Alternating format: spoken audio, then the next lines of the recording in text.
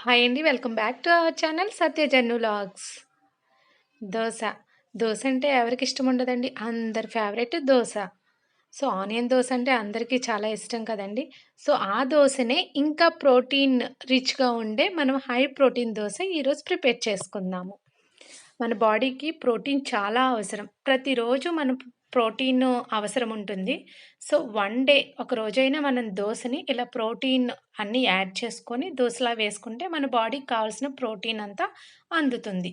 So, దానికోసం మనం ఇప్పుడు ప్రోటీన్ దోస వేసుకోవటానికి ఏమేం కావాలో ఇంగ్రీడియెంట్స్ అన్నీ చూసేద్దాము. ఫస్ట్ ఒక బౌల్‌లో కందిపప్పు 1 కప్ ఏసుకొని, శనగలు 1 కప్, పెసలు 1 కప్, బొబ్బర్లు 1 కప్, అలాగే రైస్ కూడా 1 కప్. ఇక్కడ మీరు బ్రౌన్ రైస్ అయినా యాడ్ చేసుకోవచ్చు. 2 టైమ్ వాష్ చేసుకొని, వాటర్ యాడ్ చేసుకొని, మనం నానబెట్టుకోవాలి.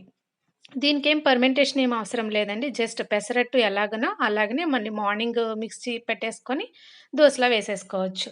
దాంట్లో పచ్చిమిర్చి, అల్లం యాడ్ చేసుకొని, కొంచెం వాటర్ యాడ్ చేసుకొని మిక్సీ పట్టేసుకోవాలి. మెత్త పేస్ట్‌లాగా పట్టేసుకొని ఒక సాల్ట్ కూడా కొంచెం యాడ్ చేసుకోవాలి.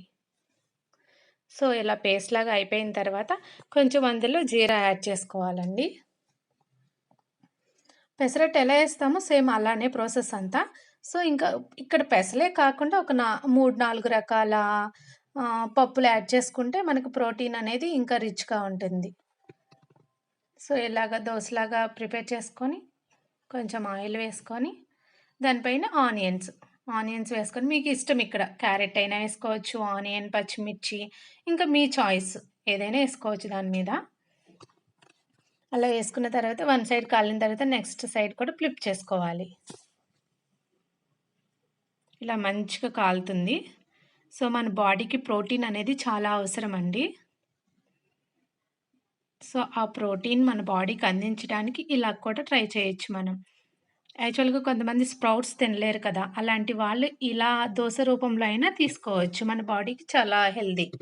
థాంక్ యూ ఫర్ వాచింగ్ అండి. Bye bye.